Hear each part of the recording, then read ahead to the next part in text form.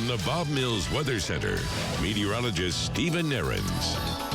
Now, sleet has been falling again over the last hour or two. Now, the trade-off with this round compared to yesterday's round is this one's moving a little faster, moving out more quickly, but even spots that have seen just 10 to 15 minutes of sleet have still seen roads and sidewalks covered back up. Look from Gathering Place, you might not be able to tell. The sidewalk here is covered again. That was totally clear early this morning after the crews had kind of, cleared off yesterday's precipitation. So it doesn't take much. And of course, the temperatures are a big reason for that. Road temperatures, ground temperatures are really cold now compared to a few days ago. Sitting at 21 degrees, a wind chill of 10, not to discount the fact that it's extremely cold outside right now. There's another look at the BA Expressway around Sheridan. And again, kind of the same story. Earlier, even just an hour or two ago, if not a little bit less time than that, that was almost totally clear. Now still some sleet on the roads, but that will get cleared off pretty quickly as the heavier, steadier precip moves out. The ODOT crews come back through those plows. That'll improve relatively quickly. So a lot of the shaded purple counties here, this is from ODOT reports. That's a lot where I'm showing snow or what's ice, sleet covered. Keep in mind, this is primarily the state highways and the secondary roads that are much more the trouble spots than the main highways. But even some of the main highways like Highway 75, a few of the main highways in Tulsa have got a little more sleet on them right now. So if you're traveling over the next hour or so, bear that in mind. That will gradually improve on the I-44 corridor.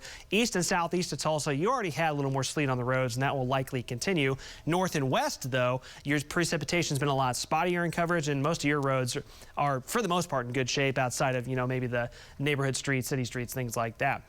Here's a wide view on radar first. You can see the back edge of this quickly racing in, so this will start to end fairly soon over the next hour or two in many spots. That corridor from about Okmulgee, south side of the metro, Coweta, Muskogee, over towards Tahlequah has been quite heavy the last hour or two. Sequoia Quinton's coming in towards the Tahlequah area right now. Still looks like a lot of sleet on the roads there, Sequoia. Yeah, Stephen, right now we're having a heavy band of sleet move through. Roads are covered back up. ODOT's trying their best to clear them, but just like the mailman, it just keeps coming. Back to you. That's it. You're exactly right. And they will get that, cleared up a little more in the next hour or two, but just bear that in mind if you're heading out right now. Dal Archer in the Kiefer vicinity, and you get off the main roads, and of course these were already sleet covered, but it looks like, of course, more on top of that now, Dal. You're exactly right, Stephen. We've started hitting some of these side streets. We're here on Ohio Street in Kiefer, and we are seeing very slick and hazardous conditions on all of these side streets. The sleet has packed down. It's now just a freezing glaze.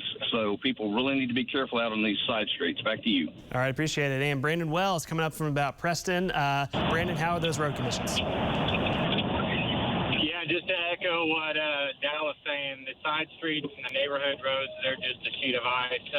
Here at Highway 75 and 56, roads are completely covered up again. There was one lane of travel that was doable, but it's all covered up since we had that real heavy batch of thunder sleet. Stephen. All right, Brandon, appreciate it. So again, you can see from all the guys' shots there, that tells a story. If you're traveling right now from Tulsa to the south and east where the sleet's been falling pretty heavy at times, roads are covered back up. It's going to be slick and at times hazardous now around Tulsa. A lot spottier in coverage, and that will continue to wind down over the next hour or two. To the north and west, some folks have missed out in our northern and western counties where it's been a little bit spottier in coverage. Up towards Miami, it's relatively heavy. And then down to the south and east, you're starting to wrap it up a little more as well. Again, this ends quickly over the next couple of hours here in Tulsa and across most of eastern Oklahoma, but the cold remains for another day. We're in the 20s with wind chills still in the teens. An hour-by-hour temperature forecast not going anywhere today. We'll hold it in the low 20s. So here goes this band racing through, and by mid-afternoon it's gone and we dry out for the rest of the day. We're in the 20s for our highs, still not climbing for another afternoon.